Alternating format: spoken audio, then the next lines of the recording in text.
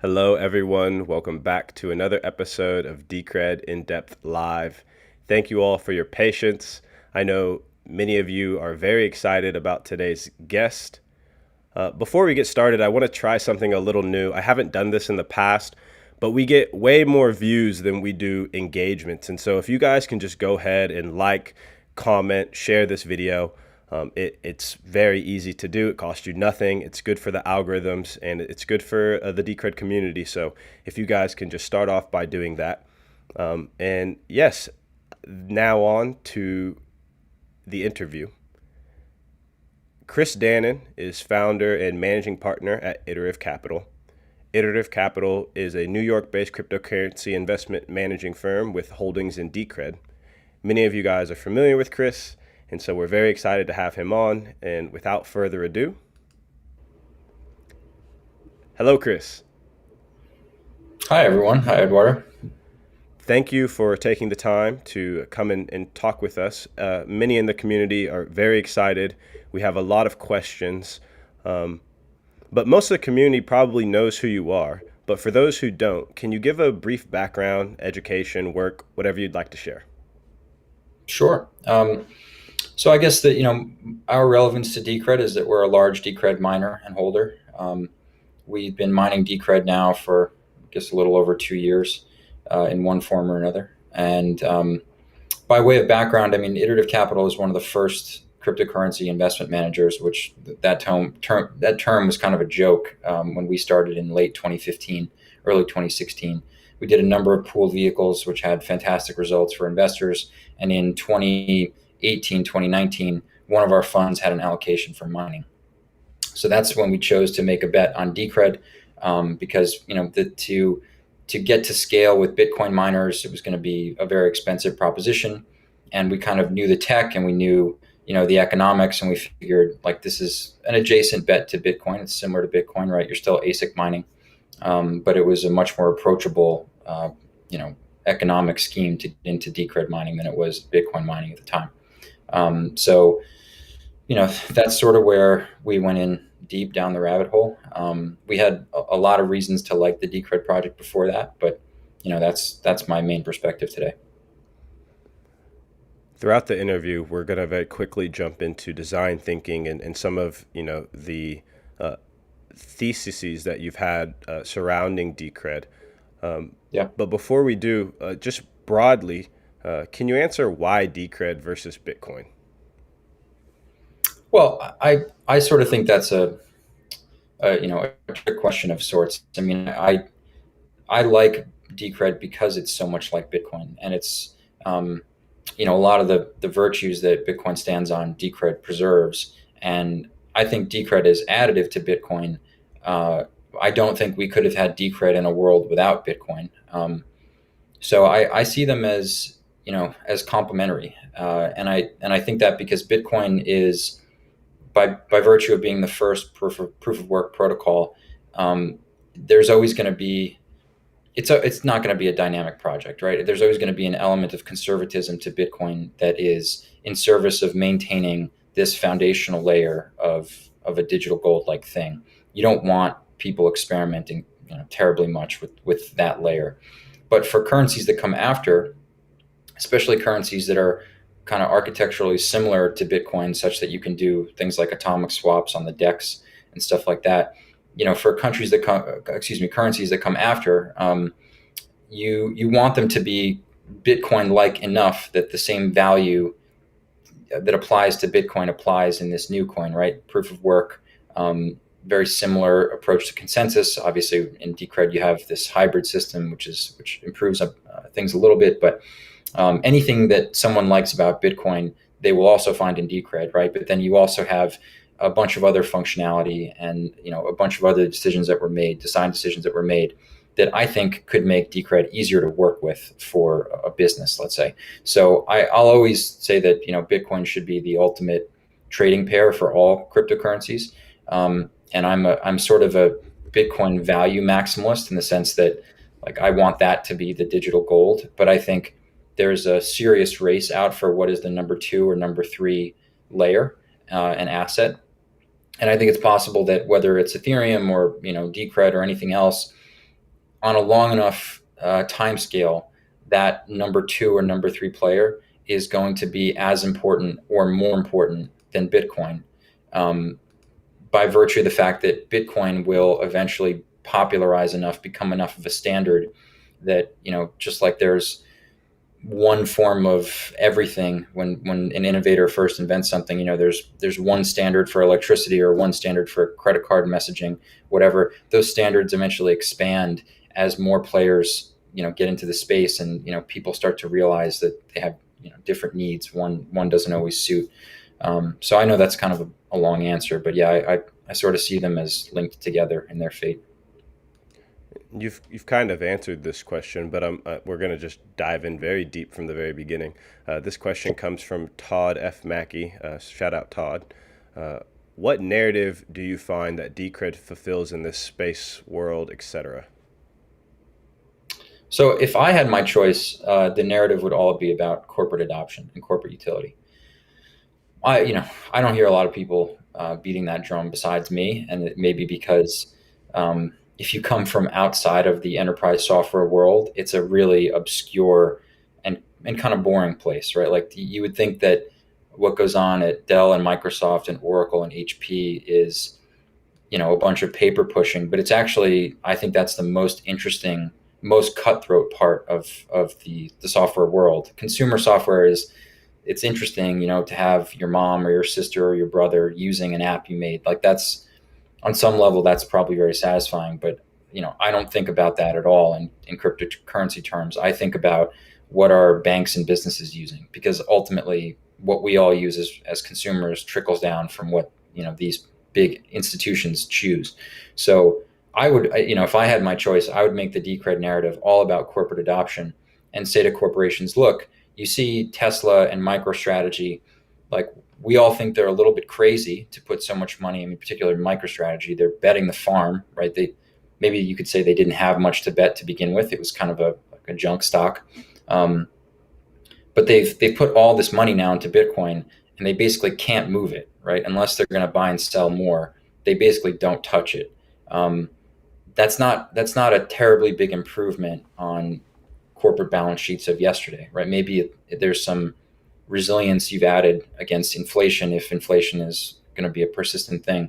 But what did you really get for turning, you got a giant speculative bet? It would be better if, let's say, you integrated Bitcoin and you had a Bitcoin reserve, but you were also going to pay employees in Bitcoin. You were going to pay, overseas remittances. You're going to pay suppliers or vendors.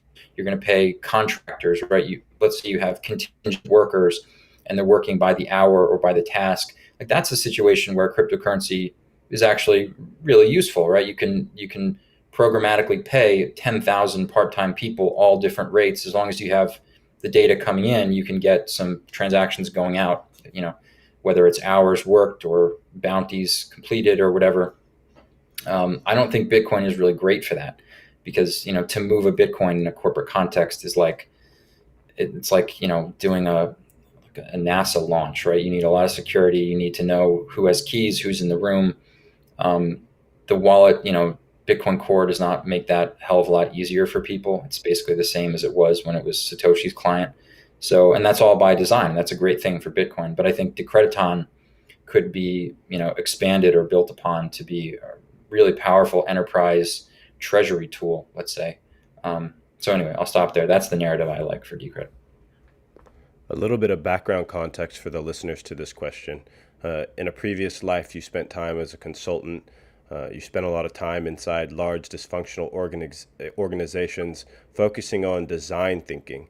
Can you explain to the listeners what is design thinking, and how does Decred's design thinking, what was it about Decred's design thinking that interested you or stood out, and how does it kind of separate itself from traditional corporations? Sure. So you could think of design thinking, which overlaps a lot with human-centered design. So if you know anybody that's worked at companies like Frog Design, or some architecture firms that focus on industrial products, there is a way of developing a product that is more holistic than just coming up with an engineering spec and starting there. right? Like the the best executor of this strategy is Apple, obviously, and the reason is because there were some very smart design minds at Apple in the 90s that realized that the things that personal computer companies were competing over didn't matter at all to the consumer. So if I was to summarize design thinking, it's thinking about the message that the product actually sends when someone approaches it, so that they know how to use it. That's one of the critical. So, and you can apply this to every product. You look around your kitchen, there's probably a button on that product that is the primary button that you press, and you probably have a pretty good idea of what's going to happen when you press it. So if you walk up to a coffee machine, there's a big red button, that's glowing. You hit it, you expect to get a cup of coffee. You don't really care about the rest of the process, right? Whereas if you're the designer of a coffee machine, you probably care a lot about when does the machine preheat? What's the volume of fluid preheated? Where is it getting the fluid? Where is it getting the coffee? The consumer doesn't think that way. They're task oriented. So design thinking tries to abstract out the technical details and tries to arrive at an interface or a physical product design that is. Oh, sorry, someone's calling me. That is kind of self-guiding, right? Where the person doesn't need to be educated on how to use the tool. And one of the difficult things about any high-tech field is that you have, on the one end of the spectrum, you have some type of technical goal that the designers, the architects are trying to achieve, right? Which for Satoshi was having a Lamport clock where there was no center machine that was the master, right? That you want, at its core, Bitcoin is a timekeeping mechanism that no single computer controls. It's just a timestamp server, but it's completely decentralized. That is kind of the foundational innovation to networks like Decred and Bitcoin. But of course, if you tried to sell a timestamping server to someone off the street, they wouldn't know what they would use it for, right? So there's all this stuff that we've built on top, like the concept of a currency system, to try to get closer to an analog where people understand why we have this big kludge just for timestamping. So design thinking in a crypto context is about when people walk up to the wallet, do they know what this thing is for? Do they know what they can do with it? Do they easily understand the properties of the system or the currency? That's something, like I said, that Bitcoin Core does not make a lot of effort in helping the users understand. And as a result, most people experience Bitcoin through a more human-centric interface, like a web interface, like Coinbase, right? The whole design solution is there. Well, don't make people manage coins. And I think that's a bad solution, right? I think you're sort of defeating the purpose of the machine, right? It's like a car with a horse hooked up to the front of it a little bit. But that's a design problem. That's not, it's not retail people's fault that they don't care how the network works. They don't care. It's not a part of their life. If we want it to be a part of their life, we want it to be a mainstream phenomenon. We need to come up with interfaces and applications that are more what people are used to. And eventually we can draw them into a more technical realm. Like the level of understanding of smartphones now, of computers now, it far exceeds what it was 15, 20 years ago, because now everybody has a little computer in their pocket. Even old folks, they understand basic concepts about computing, like the desktop metaphor.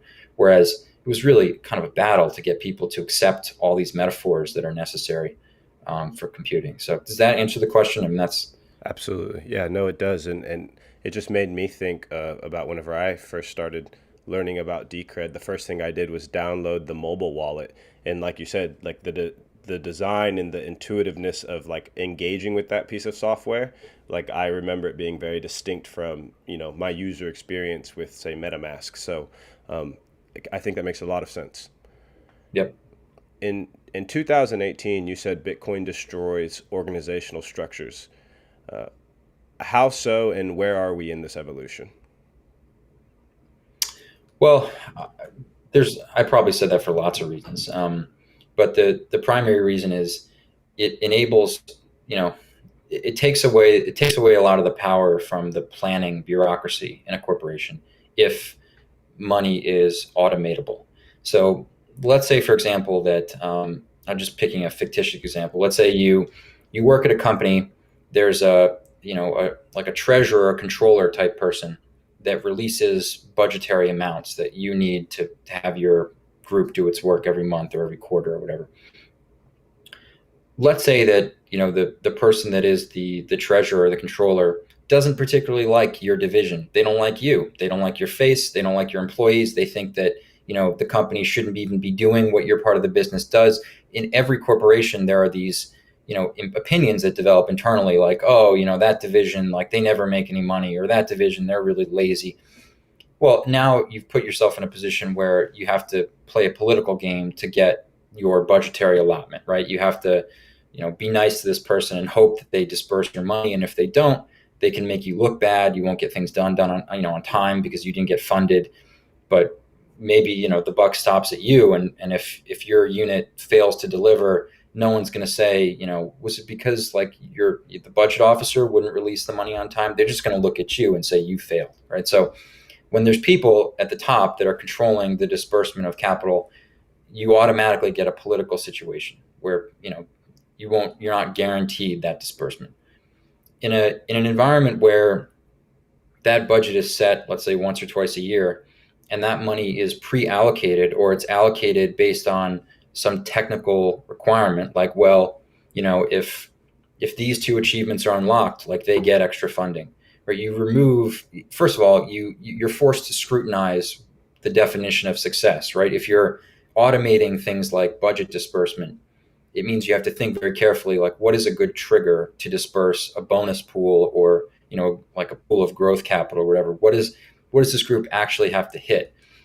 It's easy to say that in a meeting with somebody, like, oh, if you increase your sales by 50%, we'll give you this or that. But, like, what if it's a customer that used to be a customer and they dropped off for a year and now they're back? Is that really a new sale? Is that really a new customer? You get into these definitional issues, which in many cases, are make or break to whether you get what you want or you achieve the hurdle that you want or whatever. And in a case where there's a misunderstanding about that, like, let's say the salespeople think that there's going to be a certain bonus for achieving a certain number, and then as it turns out, there was a misunderstanding about what that number really was, and the bonus isn't paid out. Well, a bunch of people quit, right? You get turnover, you get dissatisfaction, you get bad Glassdoor reviews. So in many ways, it's virtuous to try to plan financially ahead of time. And that's what it does, when it forces you to do when you're automating a lot of the movement of money. So the reason I probably said that it destroys corporate structure is it removes a lot of the ability to do, like, what we call empire building, where you're pooling capital or resources in your part of the business to try to get political power, or you're jockeying against another unit of the business. In most cases, the people that are, like, in the C-suite, they're totally oblivious to this level of politicking, because the people in, let's say, the VP tier or the director tier, they try not to let those little machinations bubble up to the people above them. The people below them are very aware of it. So my point here is that if you automate some of the monetary distribution at the director level or the VP level, you get more of a direct communication band between the people at the top who are making the plans, setting the incentives, setting the budgets, and the people that are actually doing the work to spend that money or earn that money. You want there to be, like, an information highway between these two groups, because traditionally they only talk through management, and if management is distorting the truth, which they almost always do, to the people at the top or the investors, or they're not reporting the problems at the bottom, they're telling people, just deal with it, like, I know your machine is broken, just find a way. That's where you start to get real dysfunction, and usually by that time, like, the battle is lost. In many cases, the company takes years to improve. You have to get all new people once there's a lot of bad blood. So if you could, in theory, if you could automate some of the spending, some of the allocation stuff, you remove the ability for people to politic. And at that point, it's purely, right, the whole business becomes incentives and rewards. Like, if you're like, whatever you incentivize, once you remove a lot of the power of middle management to kind of, throw curveballs in one direction or the other, you get kind of a straight gamification between the people that are doing the work and the people that are setting the incentives. And I think that would probably be an improvement in most big companies. That makes a lot of sense. This is a quote from you in a presentation you gave. You said, "What real proof of work systems are good for is doing some sort of economic activity in an untrusted environment." Earlier in this interview, you talked about, the time stamping mechanism of Bitcoin as well. And I guess the question is, what are the sort of economic activities that you think Decred is best suited for? And maybe even should we be aiming for as well? So I think my definition of an untrusted environment is any environment where you can't really be sure of the legal recourse in the event that there's a disagreement with your counterparty. So, like, let's say you buy something on Alibaba, just something off the internet, and you wire $5,000 to some bank account in China, and they don't send your product. Who do you appeal to? In theory, you can appeal to Alibaba, but Alibaba might tell you, hey, that's just the third party seller. Like, we don't control them. We can't vouch for what they signed. Are you going to hire a lawyer in China to go and sue that person in China? Maybe, but it might not be worth it for $5,000, right? So there's international business is kind of the classic context where you have to be very big to do big transactions or even medium-sized transactions, because in the event that something goes wrong, you have to be able to appeal to a trade body, some type of international trade body that's going to mediate the dispute. So within America, at least, or within, let's say, Western Europe, do you need proof of work? Maybe not, because we have a functioning legal system. If there's a dispute, you go, to civil court. But internationally, that's a lot trickier to do. So that's where Bitcoin got its first traction, was an international remittance between East and West. It's where I think still most of the crypto volume comes from people moving money in and out of Asia, where all the economies are capital controlled.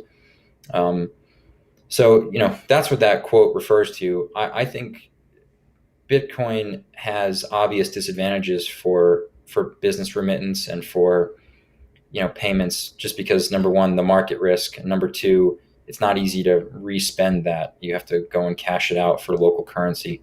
So one of the things that Decred has that is an advantage is it's faster and it's cheaper to transact on Decred. So if there were more Decred liquidity, you can make an argument that Decred would be a really great international remittance rail, because it's private, it's really fast, it's cheaper than Bitcoin. The only thing you need for that is you need global liquidity. You need to make sure that, if you send money to someone in the UK from the United States, that they have an easy place to sell Decred for British pounds or whatever they want at the end of the remittance. That's the only thing that, makes it hard for other currencies to compete with Bitcoin on the level that, that I'm talking about as a remittance rail. It's because Bitcoin is very liquid. You can trade it in every country at this point, but not so much the case for Ether or other cryptocurrencies. This next question comes from Checkmate. What is your view on the debate of proof of work versus proof of stake versus hybrid, and divergences between reality and narratives? Divergences between reality and narratives. Well, pure proof of stake is sort of a red herring. I'm not, a distributed systems engineer or consensus protocol writer, but the people that I know who don't see a lot of virtue in the pure proof of stake systems. Maybe they're good for things like a stablecoin issuance company, like, if Circle and Tether want to use proof of stake, there's probably some argument you could make that that's less of an issue, because at the end of the day, you're just representing an asset that already exists. Your source of truth, if you're, let's say, Tether, ideally, or USDC, if you're Circle or Coinbase, your source of truth on how much USDC exists is probably the bank account that's holding the assets that back it. The token itself is just a token. So in the case of proof of stake, it doesn't really matter if someone like the issuer can arbitrarily burn coins or take coins out of circulation, because the whole point is to represent an asset that they're holding. So, it's like if the goldsmith takes some gold certificates out of circulation, who can argue with them that that's now correct, right? They know how much gold is in the back room.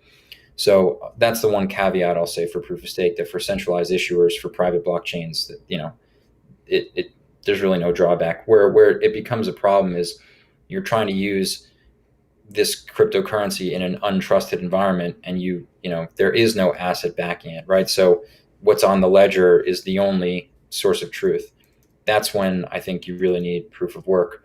I think hybrid helps a lot in keeping miners part of the fold. This is not, we as miners, it would do us no good to fork the Decred blockchain, because unlike Bitcoin Cash, there would not be a sudden windfall for all Decred users. We would have to start a totally separate ledger, and if we wanted to give people a windfall, we'd have to find some way to pay them all those new coins. It's not the same as forking another proof of work chain. So the proof of stake thing is a really nice addition. Of course, I don't know what it means long term. The fact that like the stakers have so much control, I can think of downsides, but right now they don't seem to be too prominent. It's mostly upside.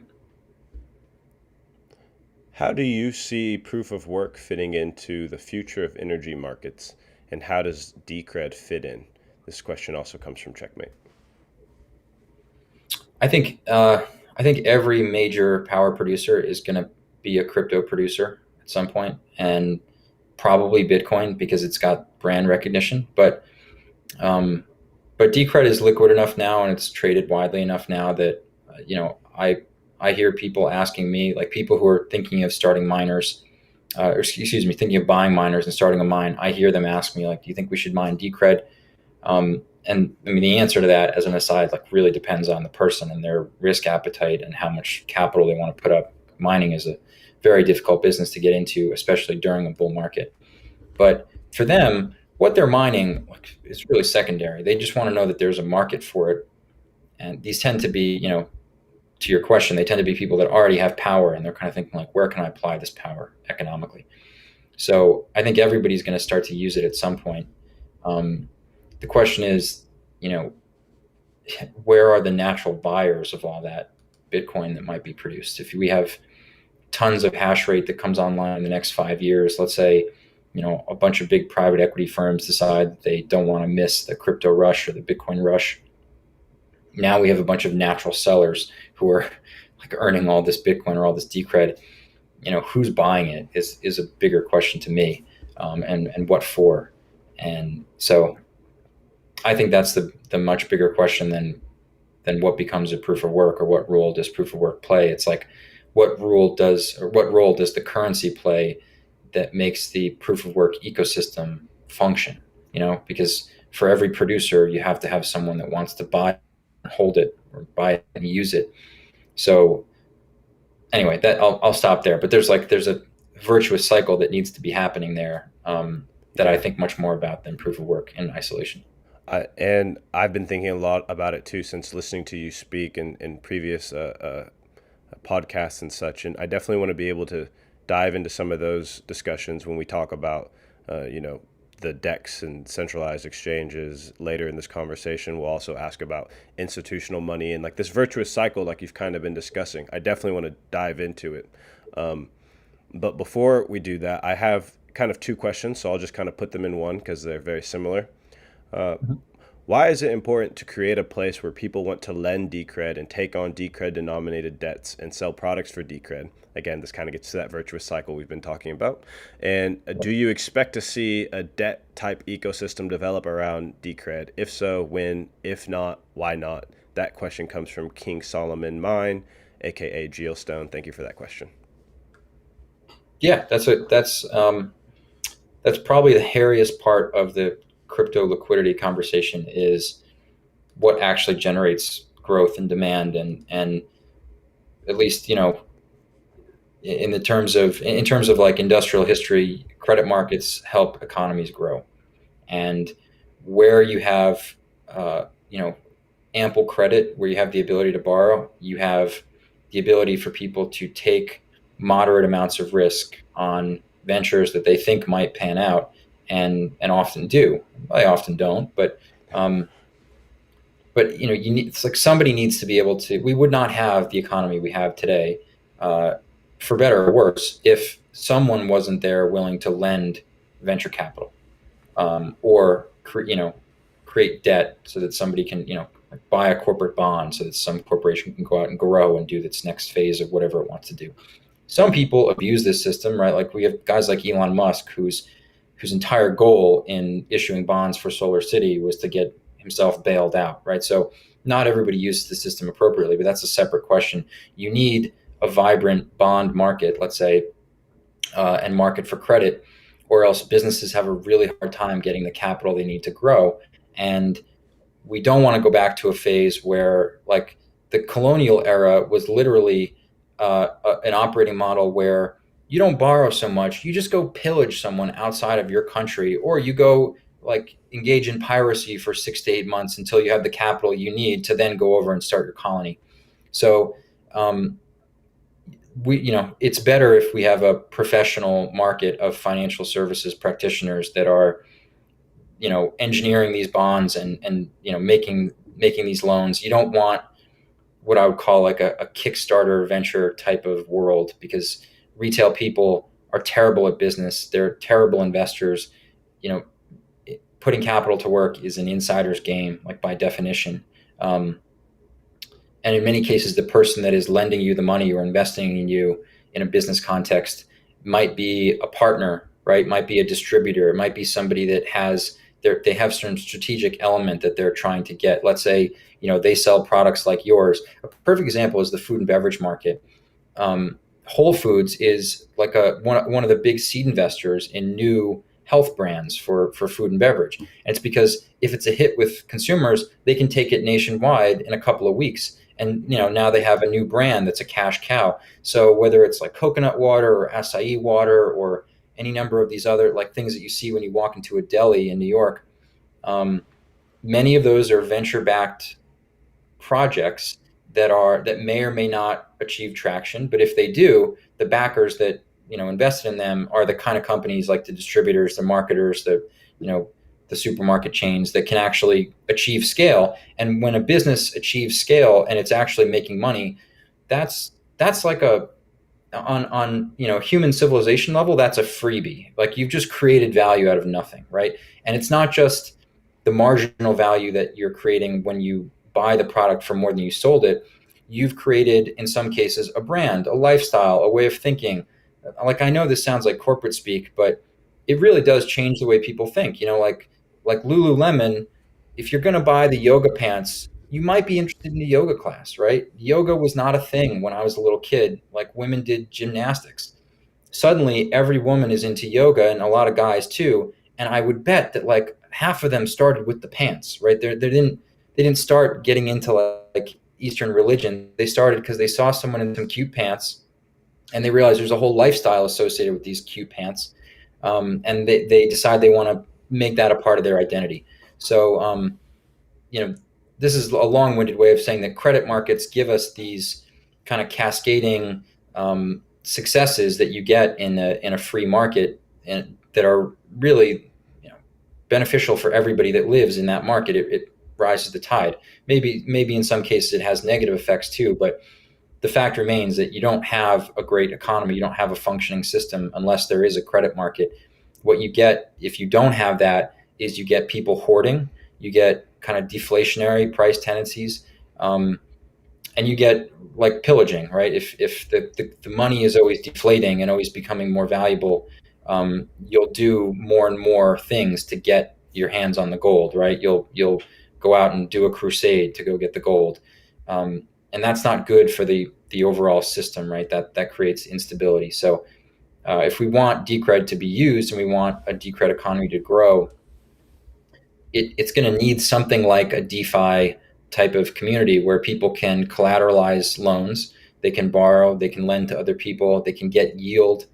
I mean, I think DeFi as a concept is not innovative, right? The idea that you would have like 1,000 micro bubbles growing of people lending to other people, you would think that it would just explode like right off the bat, but actually this is how economies function.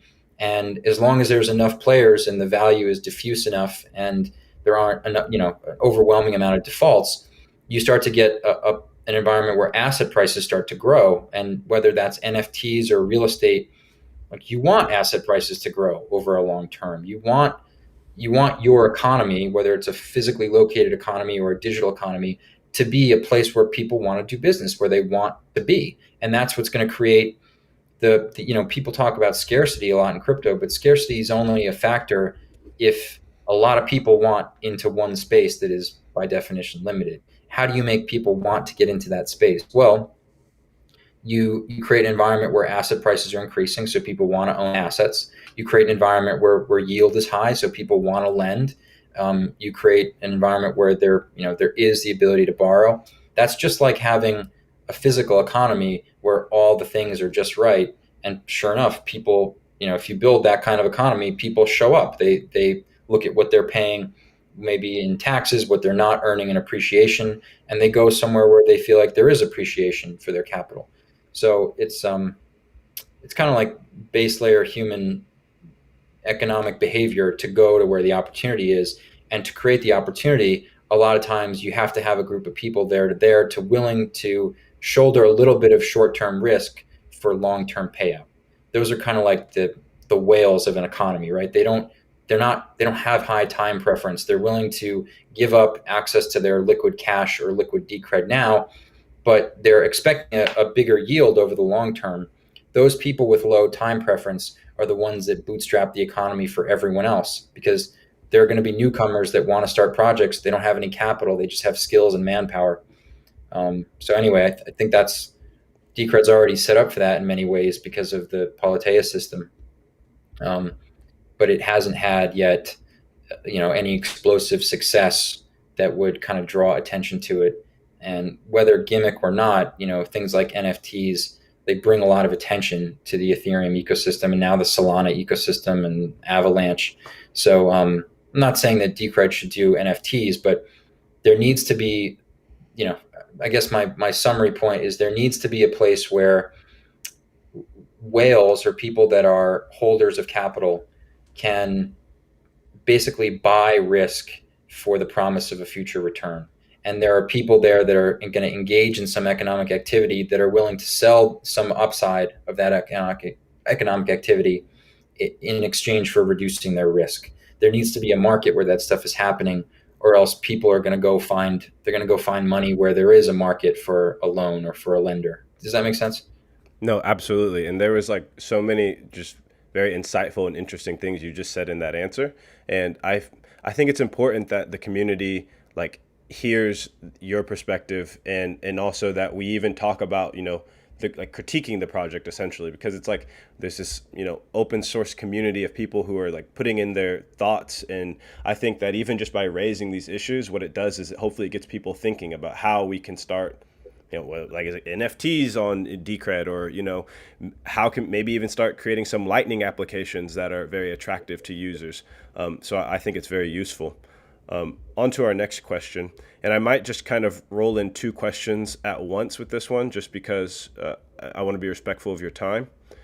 On rough consensus, you talked about how your firm used to be a market maker for Decred and continually lost money. What do you make of this in light of recent dark pool and price suppression allegations? What are your thoughts on DCR price and media suppression as discovered by community member Taco Revenge? And that question comes from Decred Meme Lord. And very similar in question is, given that Iterative used to market make for Decred, how has the impact of the DEX across DCR markets been against expectations, even though the entry barrier is still relatively high? Example, lot sizes and full node requirements. That question comes from the Bochinchero. Thank you, both of you. Yeah, those are good questions. So, well, to clarify, so Decred, market making any coin is always going to be, more often than not, like a slightly money losing situation, unless you're the issuer of the coin and you printed it for free and you have like $1 billion of it, in the back. Like in that case, is then being a market maker is not so punishing. But for a real proof of work coin, or for a coin that's widely held and distributed, you're never going to be able to anticipate whales on exchanges that either just have a lot of coin and they have it at a very low cost basis, or it's the exchange itself that's trading against you. And we didn't build the market making software in-house that we used. It was built by a quant engineer who had worked for a very big hedge fund for a long time. So this is stuff that you have to be kind of like a PhD level math person, and having, worked on a proprietary desk, or some type of environment where you really learn to do this right. And even having that, we would still, many months come up like a little bit in the red. And the only thing that made up for that was the fee that we were being paid by the community. And that's the case for most. I mean, we haven't made for any other coins, but I know firms that do this, and they all charge pretty significant fees. And the reason is because it wouldn't be a profitable enterprise without the fees. In some cases, like when Ethereum was new, or when Ripple was new back in 2015, 2016, the market making firms were making hundreds of thousands of dollars a month just in fees, just to support the depth and breadth of market that the project creators wanted. And the project creators were able to pay this because if you're Ripple and you've created a multi-billion-dollar market cap, paying a few $1,000,000 a year, let's say, to market makers is a line item. It doesn't work out as well in the Decred community because these coins actually have value. They're being produced by someone at a cost. So that's as much as I have to say about market making. It's sort of a losing battle unless you're like part of a larger altcoin issuance scheme, which we're not, and Decred's not. So what's the other component of that question? Sorry. Just the allegations around dark pool and price suppression. We don't know if there was recently an article put out by Taco Revenge on Medium. Maybe you haven't seen that. I'm sure there's a Oh, I lot. saw it. Okay, and just kind of after reading that, did you feel as though it was insightful in terms of your experience with the Decred market? Like did it resonate as like being possibly true? And yeah, it's just kind of what are your thoughts about that? Yeah, it's hard to say. I don't trust the exchanges. I do think that they're long a lot of coins, and they got those coins at some price at some point. So they have price levels that they care about. I don't think it's credible to say that there is like a venture style firm, or something that really wants Litecoin to do well but doesn't want Decred to do well. I don't think it's that level of conspiracy, but I do think that the exchanges and the other whales or market makers have kind of a what did you do for me lately sort of approach to liquidity, which is if you know if you got listed, if you got your coin listed by paying some multi-million-dollar listing fee, you probably paid it in kind. You probably paid it in your coin. Well, now those guys have a bunch of free coins that they can, that they're incentivized to push up, and maybe they want to crash the market, buy a bunch, push it way back up. They have skin in the game. If you don't pay huge multi-million-dollar listing fees, or you don't give a bunch of free coins to the exchange is not incentivized to make the price of your coin go up. So I suspect, knowing the Decred community, that they didn't go, splashing multi-million-dollar listing fees around, especially considering that a lot of exchanges listed Decred before that was even possible, before the 2017 bubble. So, I don't know that there's somebody purposely suppressing Decred. There's probably somebody that took a big bet on it years ago, or ended up with a lot of it for some reason, and they are not happy with how it performed in 2017, 2018. Like, they didn't come to consider it one of their pump coins, and as a result, they don't pump it. And I don't know what we should all make of that, because on the one hand, what are we in this for, right? Are we in this for a coin that will pump, and like once every 5 or 10 years will make us all like 300 times our money? Or are we in it for something more long term? And I used to think that these were kind of like, on a virtue scale, these were sort of at the opposite ends. And I'm now coming to the more of a conclusion that actually we should care more about the price of Decred. And I'm not saying that we should, cut any corners ethically or otherwise to get the price to go up. I don't think we should hire one of these like bubble making, market making firms like they do in China. I don't think that's a great move. However, something that Joe Lubin said to me a long time ago when all this was very new and people like me could just have conversation with Joe Lubin. I was on a panel with him one time, and before the panel, this was at Columbia University in like 2015 or 2016. And before the panel, we were just making small talk, sitting next to each other. And I remember him saying, I remember we were talking about the prospects of the price of Ether going way up. And I think at the time, Ether was, I don't know, $80 or something, or $100. And it felt to me like it had gone up a lot. And he said, oh no, it's going to go up a lot more and has to go up a lot more. Because if it doesn't go up more, we're never going to grow the monetary base as wide as we need it to support real price discovery, a real kind of ecosystem. And that, maybe seems obvious to some people, but it's the rising price that brings in all these strangers, right? No one in consensus said, hey, you should buy this. Like at some point it was that, right? At some point it was like people from Ethereum meetups and consensus and, Decentral and a couple other like little Ethereum companies that were telling their friends and family. At some point that didn't need to happen anymore. There was an inflection point where people are just Googling, how do I buy Ether? And that came from the fact that these people heard that, oh, Joe bought 20-cent Ethereum at the pre-sale and now it's $20 or it's $200. Like I need to get a piece of that.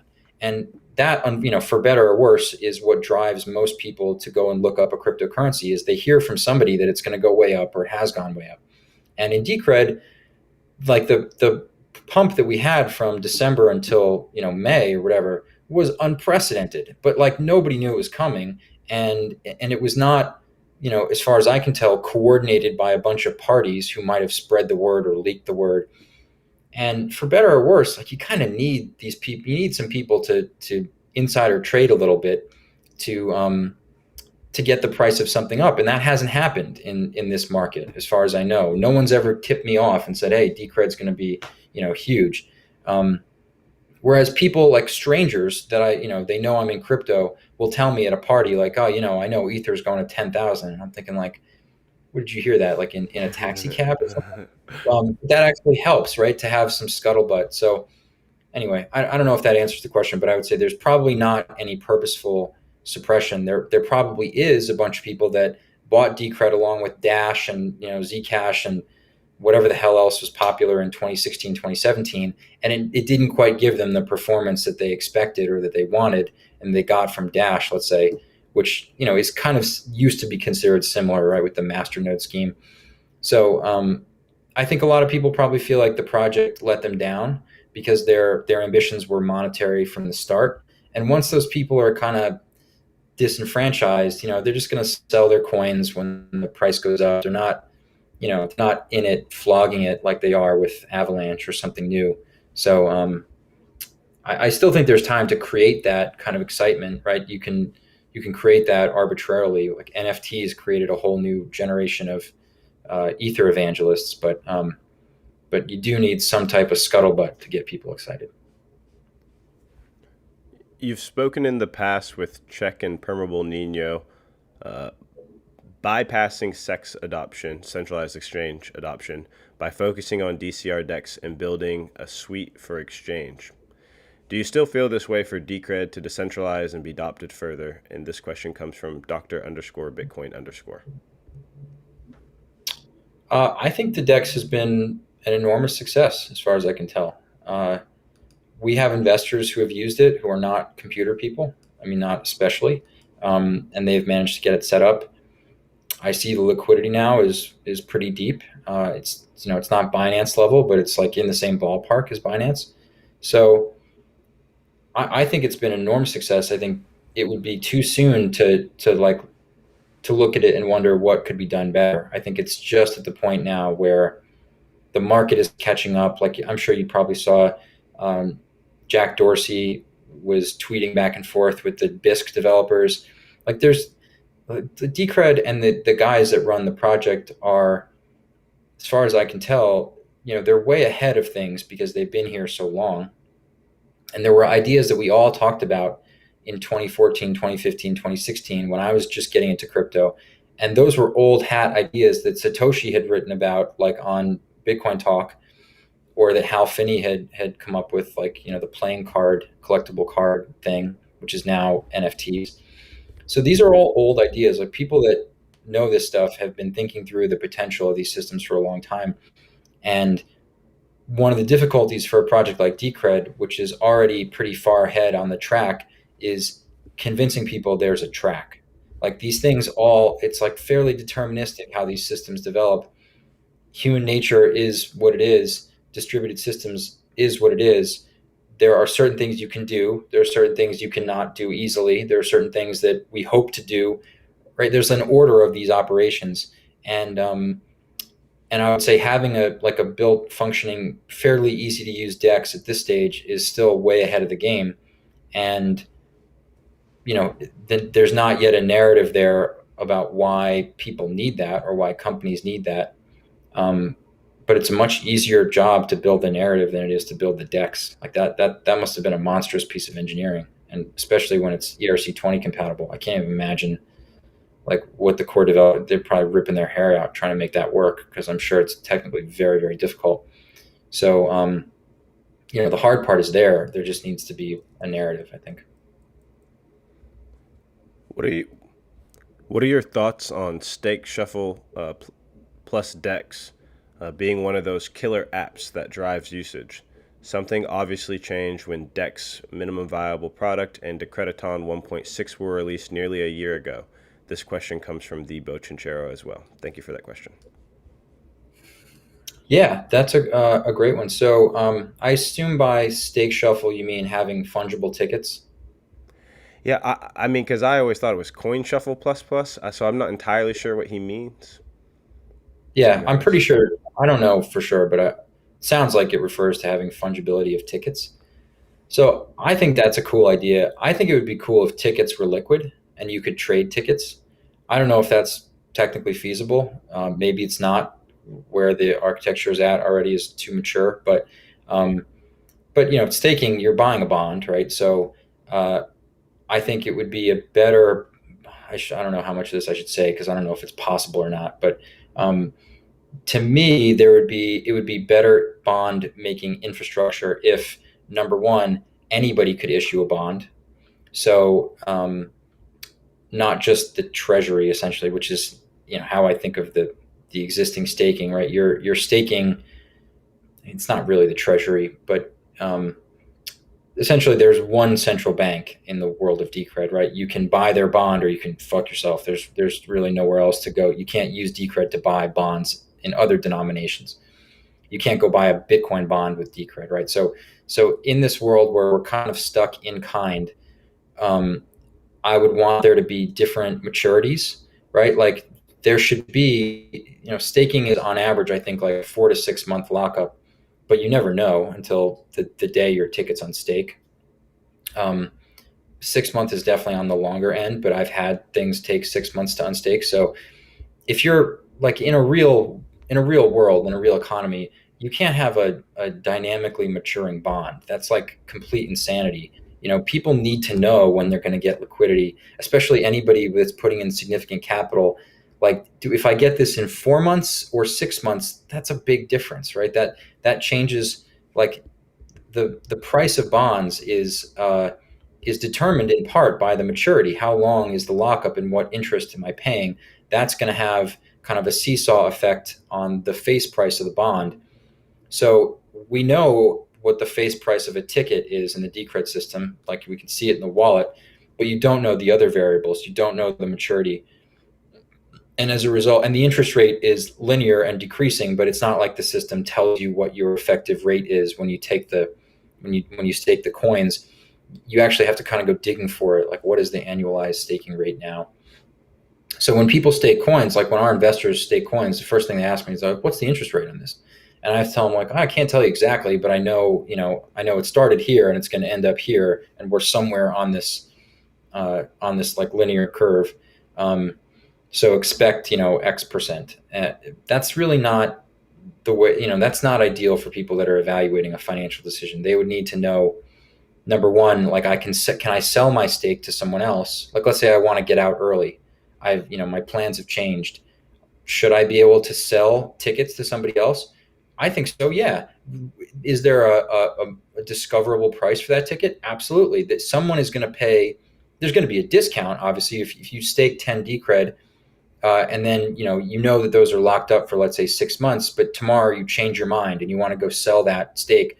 You're not going to get 10 Decred, because someone who's going to buy that from you is going to say, hey, this is not worth really 10 Decred, because it's only worth 10 Decred in 6 months. There's a discount on what I'm going to pay for that bond, but I'm going to anticipate a stream of revenue from it, right? The interest payments that I get. And I'm going to anticipate the value of, having that Decred locked up, the cost of the opportunity cost of the capital for the next 6 months. And I'm going to arrive at a price of like 9 Decred for this ticket. So your 10 Decred ticket that is staked for 6 months, if I buy it from you tomorrow and I take that lockup, and now, when the coins on stake, they're my coins, I'm only going to pay you 9.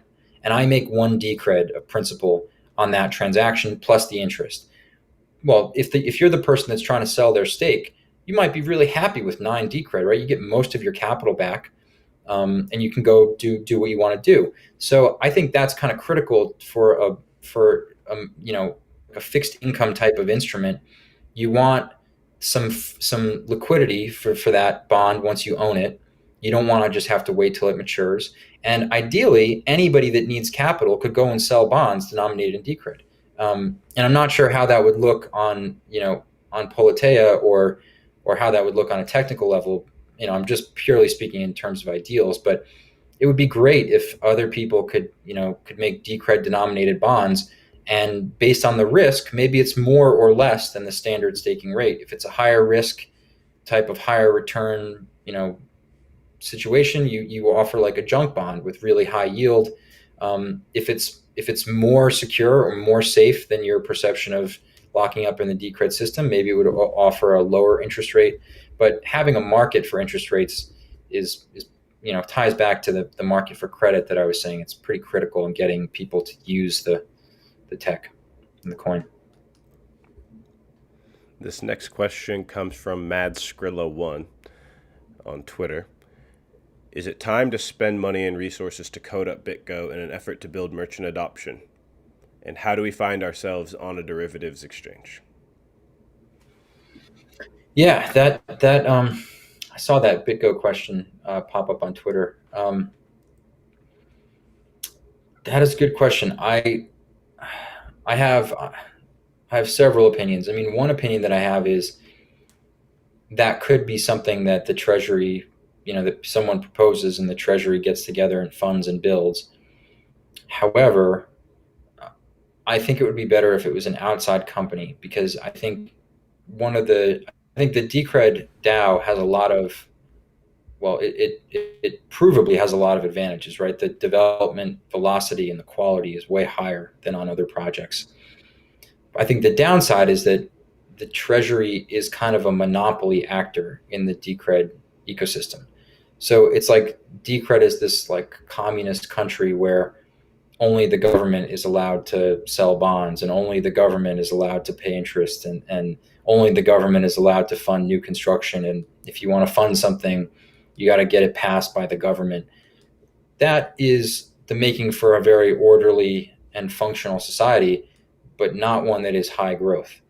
It reminds me of one of the more conservative cantons in Switzerland. It's like, this is a great place to preserve value, but it is a very conservative, a hyper conservative governance model.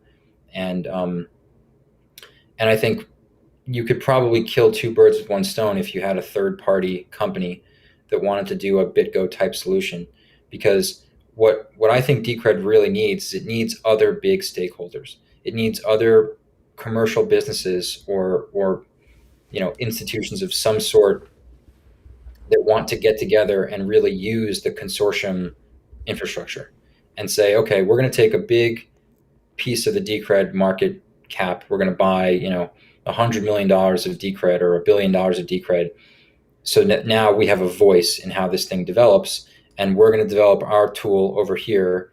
And, we're going to vote against anything that makes our tool inoperable or duplicative or whatever. but at that point, like the Decred community would need to accept the reality that the project is going to become something they can't control. It's going to become something that they may not even love, right? And that's sort of the nature of letting something be free and letting it develop openly. Is that it may be like that the first industry that takes to this is something that we find really distasteful, or boring, or foreign. It might, but if it's just like a bunch of Turkish pharmaceutical companies that want to use Decred for some reason, like a bunch of us would be really bored by that. We can't read Turkish and we don't care about pharmaceuticals, right? We want this to be like a general purpose thing that we see at gas stations and ATMs, right? But where does that start, right? It starts with some niche really, really adopting and using the software, and then growth from outside of the niche. Ether, and to a lesser extent Bitcoin, have cornered certain kind of like scam markets, whether it's gambling or online porn or whatever. Like you can see the Ether and Bitcoin people making like kind of distasteful alliances in the service of liquidity and usage. Like the Bitcoin thing in El Salvador, I really don't know how to feel about that. I don't have no idea who this guy is. Whether some people say he's a dictator, some people say he's saving the country. A lot of Bitcoin people have made the decision that they're going to support that guy no matter what he's doing in the back room, because he's one of the first points of traction for a sovereign government. Those are the kind of difficult choices that we're going to have to make if we want to see Decred rise to that level, where we may not always like our bedfellows. The issue right now is that no one is really banging down the door to be a part of the Decred ecosystem, because I think maybe no one's made that pitch, or maybe they don't think that there's a space for them. They think, I certainly feel like it's a little bit less the FOSS community than I'm used to, where in Bitcoin I can go and like have my team build something. Let's say I have a team of engineers, and we're all good at crypto. We can go build a Bitcoin thing, and we can just take it to market, and we can see how it fares. And there's nobody that can really tell us, like, no, you're not. We're going to cut you off. You're not compatible. In the Decred world, if you don't build something through the treasury, through a treasury proposal, you're probably not going to be able to get any integration points. Right? You're probably not going to be able to integrate into Decrediton. You're certainly not going to have your priorities cared about when the protocol changes and evolves. So I don't have a great solution to this. There may be a way to get players like this to come in through a specialized outreach group, or like people at Decred responding to open RFPs. If an enterprise says like, hey, we need a blockchain system, maybe there needs to be a commercial group like funded by the treasury that just goes out and looks for open RFPs related to blockchain projects and tries to build something custom, that not obviously change the whole system, but build a connector that would let some company use the Decred timestamping server like DCR time, or use the voting or something. Maybe that's the solution. But anyway, that was a long-winded answer. No, I think it was very insightful. What is Thanks. the role of an investor in this new sort of open source digital token, um, you know, industry?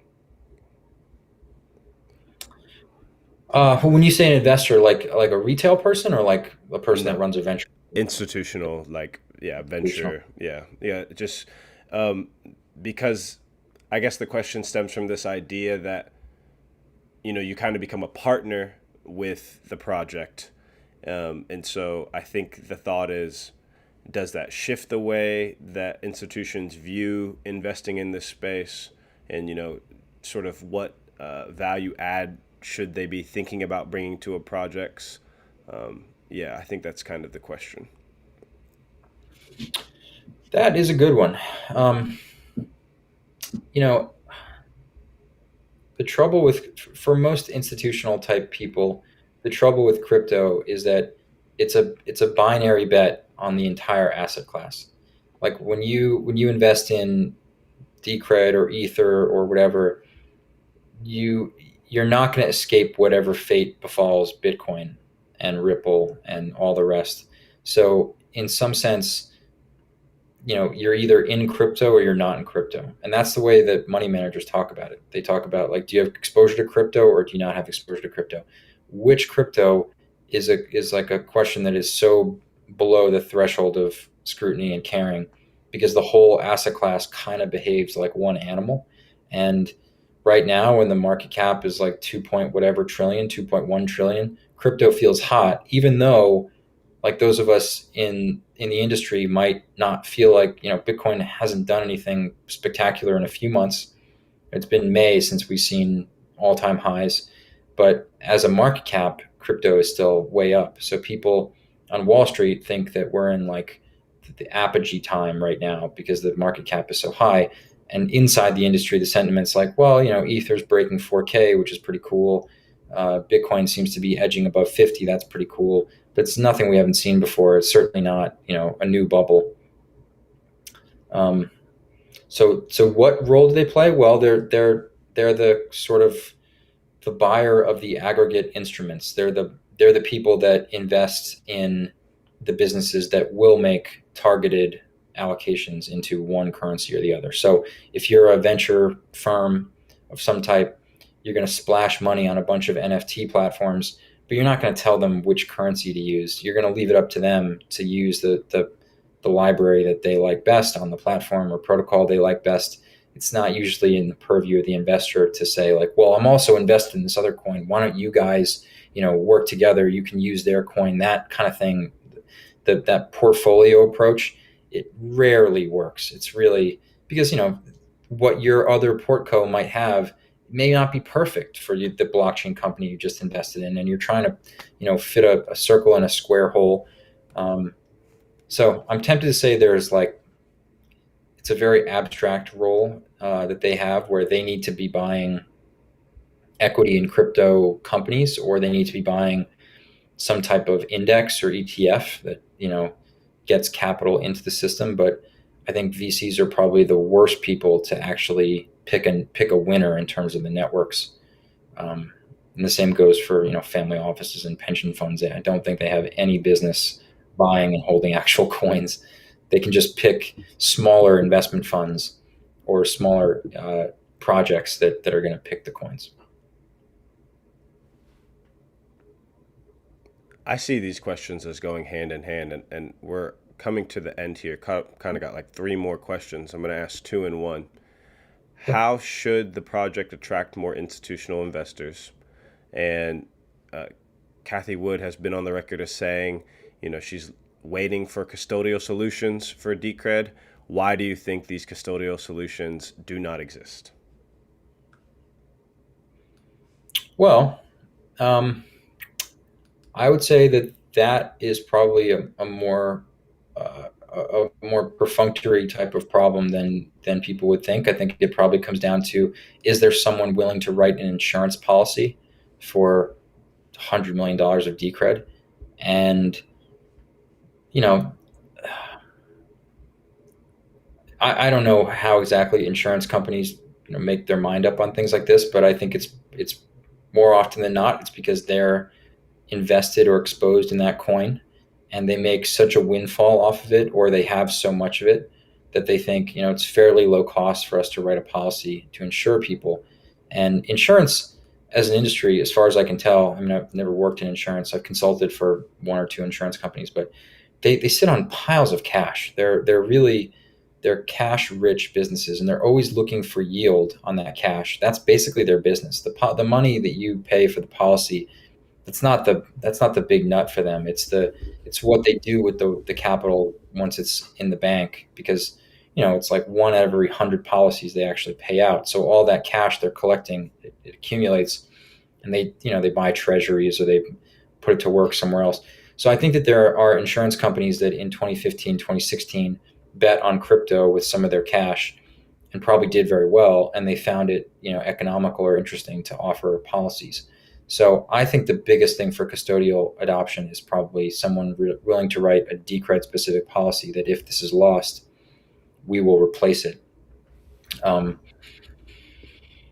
don't know how that's going to happen, or how that would develop, but if anybody listening has ideas, I'd be interested to talk about it, because it seems like as miners we should be a party to that conversation, right? If you're going to replace a bunch of lost or stolen Decred, you need to buy it from someone. So if we can help, someone let me know. Yes, and I will have a link to Iterative Capital's website is already in the description, and I will add Chris's Twitter so that you guys can find him on Twitter. Is that the best way, or should I add your Telegram, or how would you prefer? Both. Yeah, Twitter's good. Okay. Yeah, you can. Yeah, I think that people can find me one place or the other. Yeah. These last questions. What is the progress / plans around EscherApp? So there's no plan as of right now. Where we got to right before COVID hit was we had pretty much built everything we needed to build, and this was, I guess, January of 2020. And the engineers that we had working for us at the time, they just really didn't like Lightning Network, and it became like kind of a struggle to get people to work on it, because Lightning was not, and probably is still not, developed enough to do what we had hoped to do. And I see other products in the market that are faking it, right?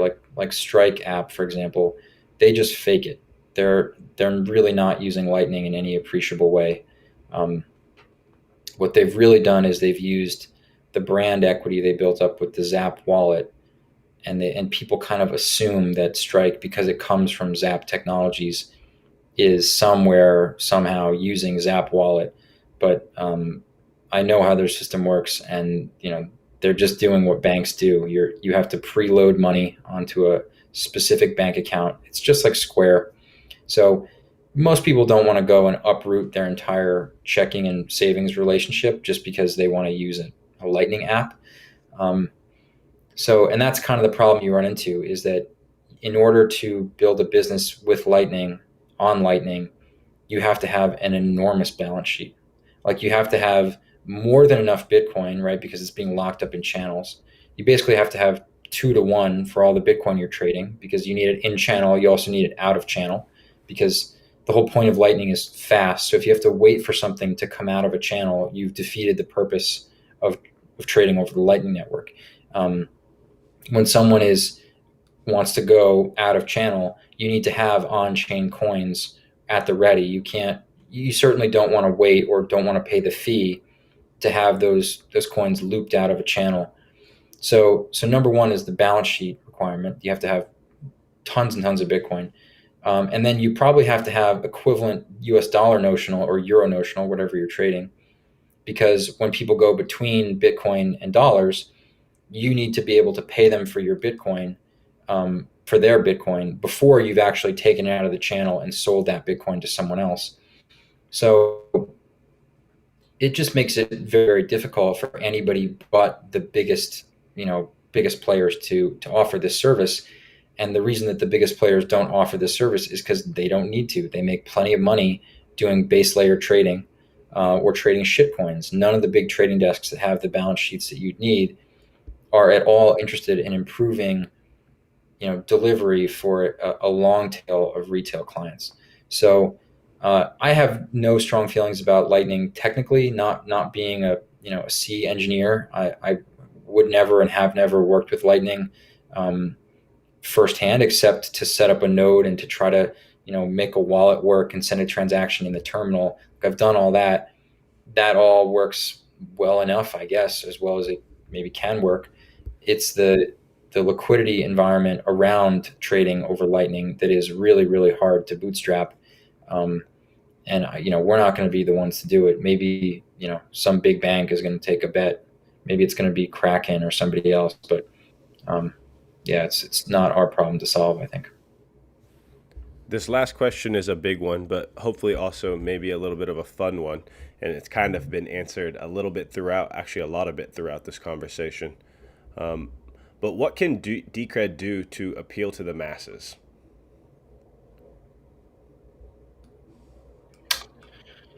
Ooh, yeah, without repeating anything I've already said, I think there's no shame in using kind of base marketing techniques to get people's attention.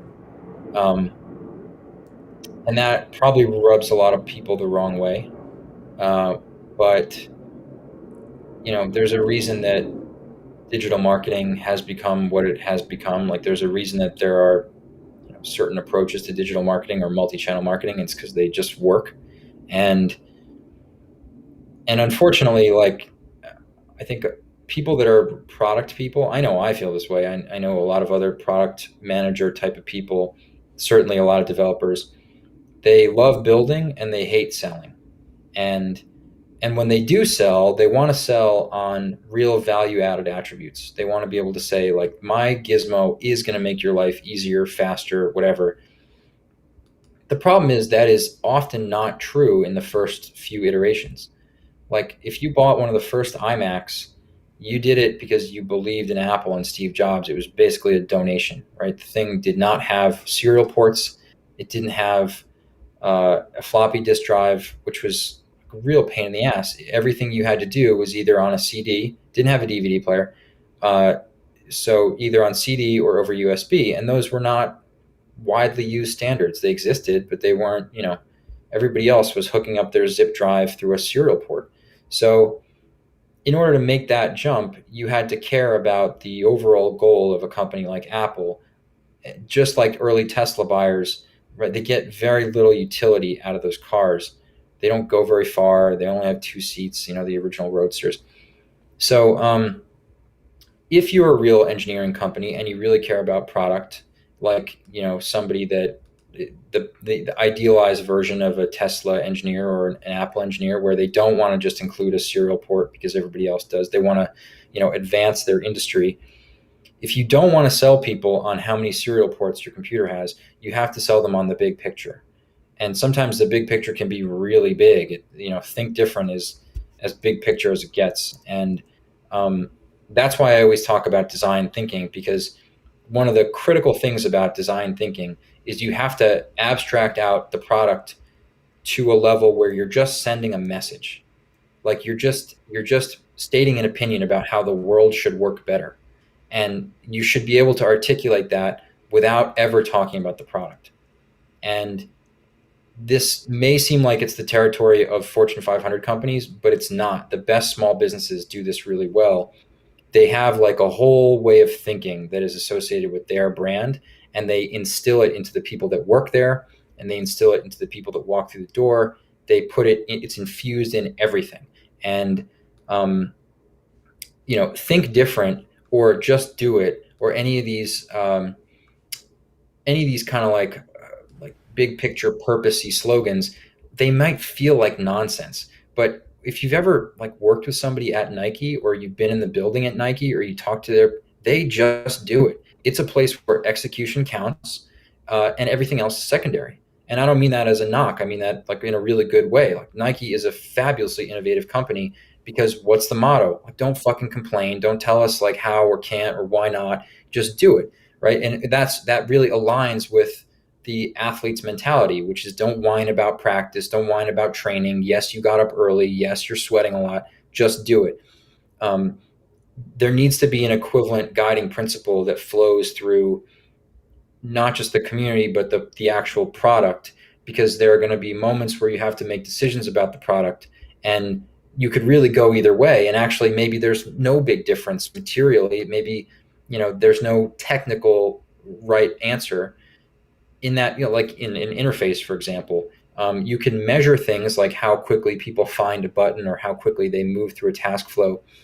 But some group of human beings, or some benevolent dictator in the company, has to be able to say, this is what we're trying to do.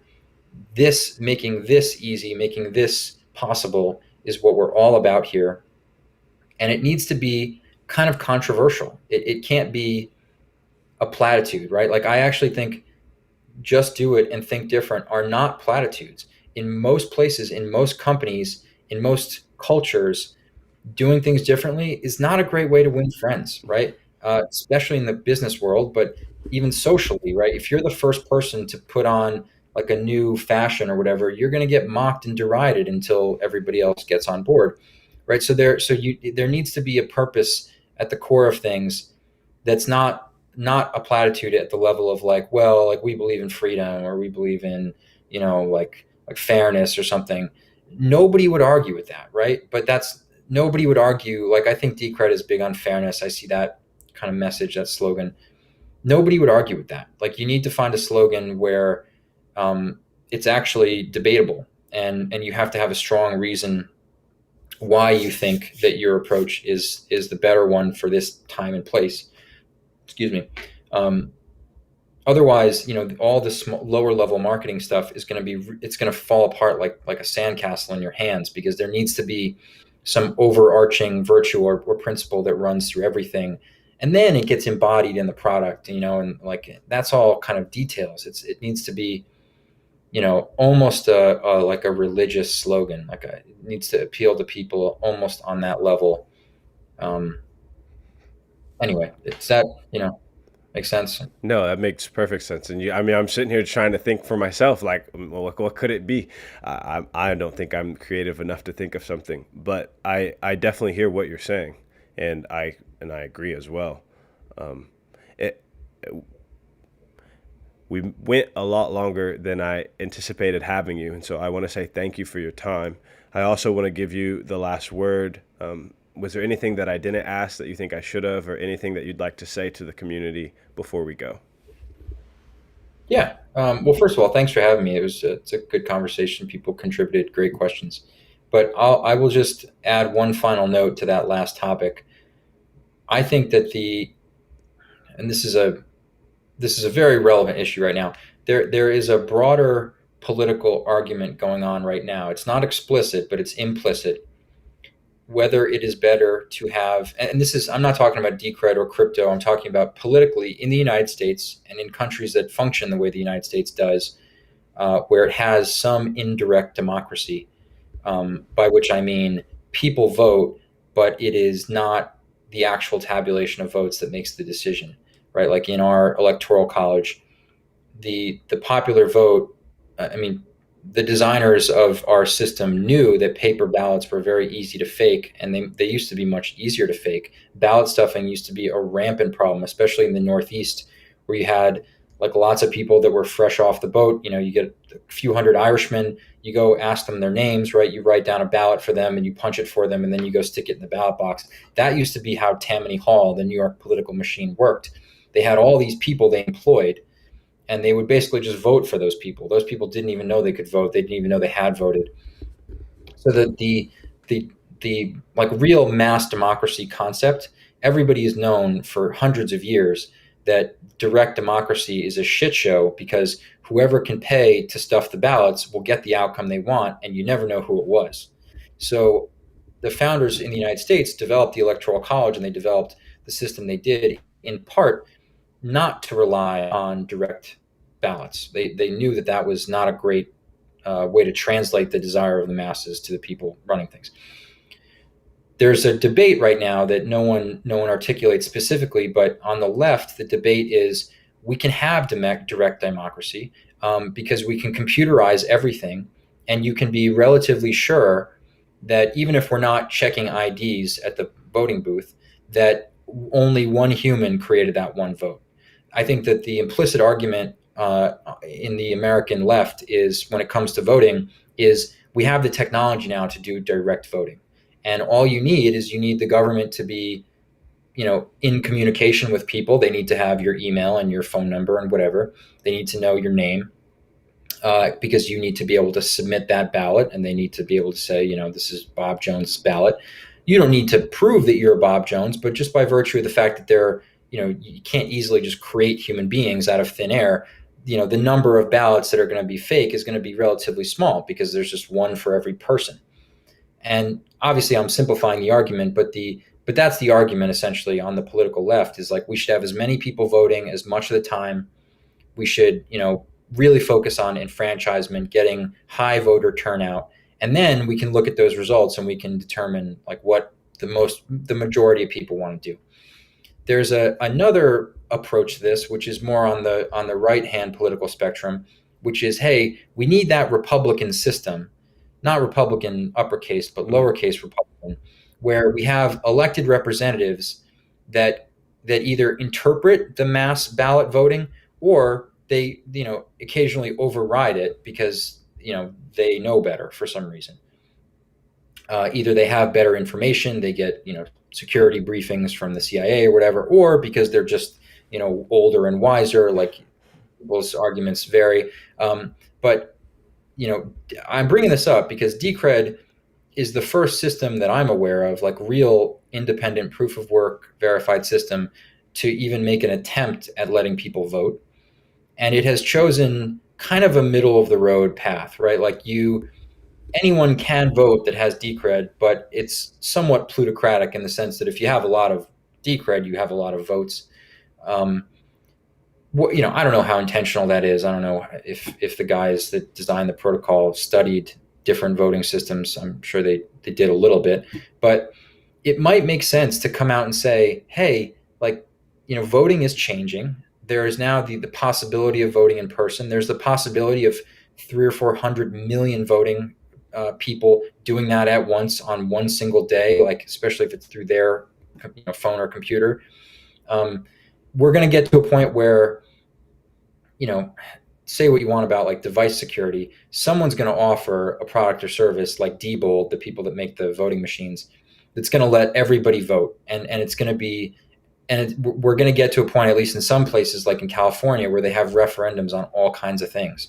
And they let people vote on kind of small scale issues that would normally be decided by, elected officials. So you can tell that California thinks the way to go is people should vote on everything possible, that every little decision that's made in the state should be put to vote. And as long as we can be sure that the voting system basically works, we can be sure that what's decided reflects, what most people want.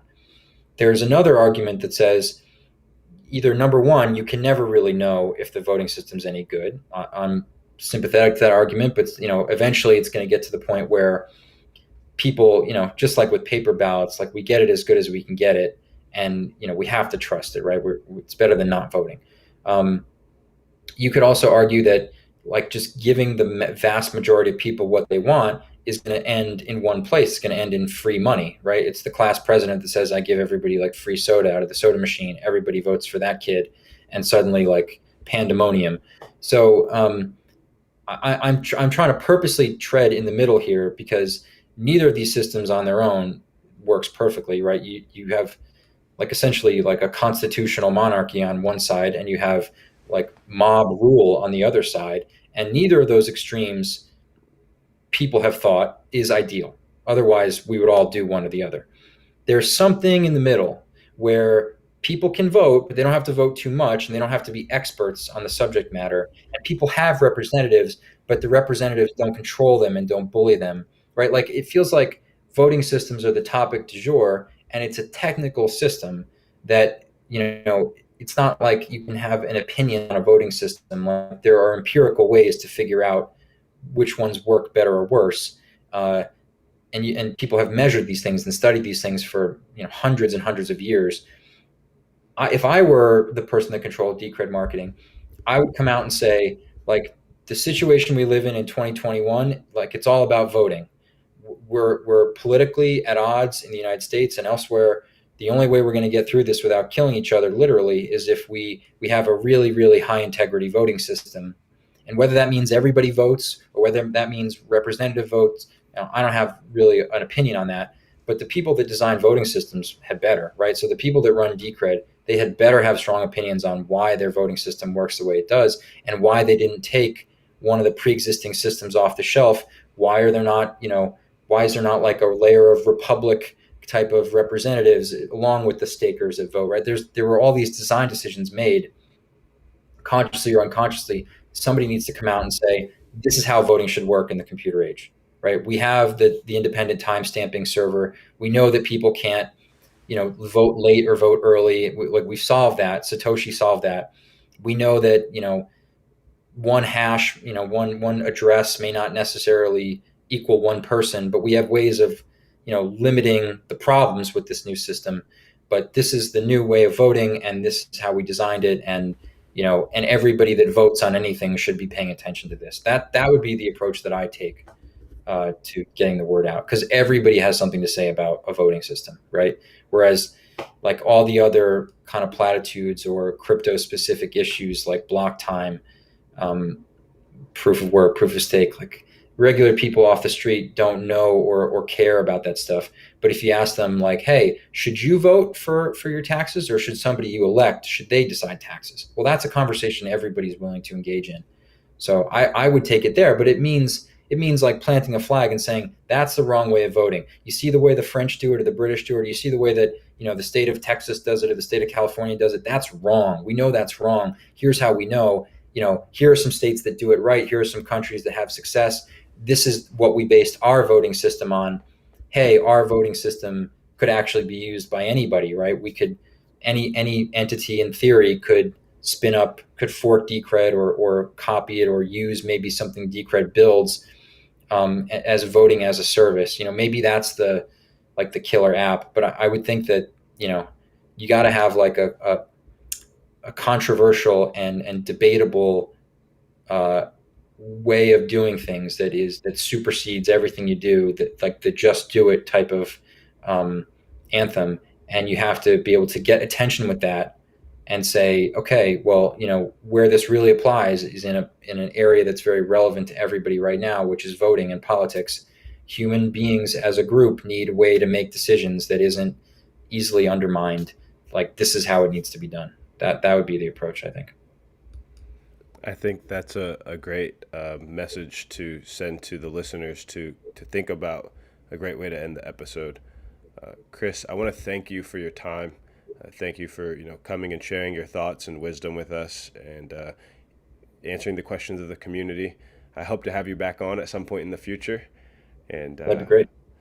And yes, we will end the live stream here. Thank you all for tuning in. Make sure you like, comment, and reach out to Chris on Twitter. I will have his handle in the description. I will add that as soon as we end this live stream. So thank you all for tuning in. Take care, Chris.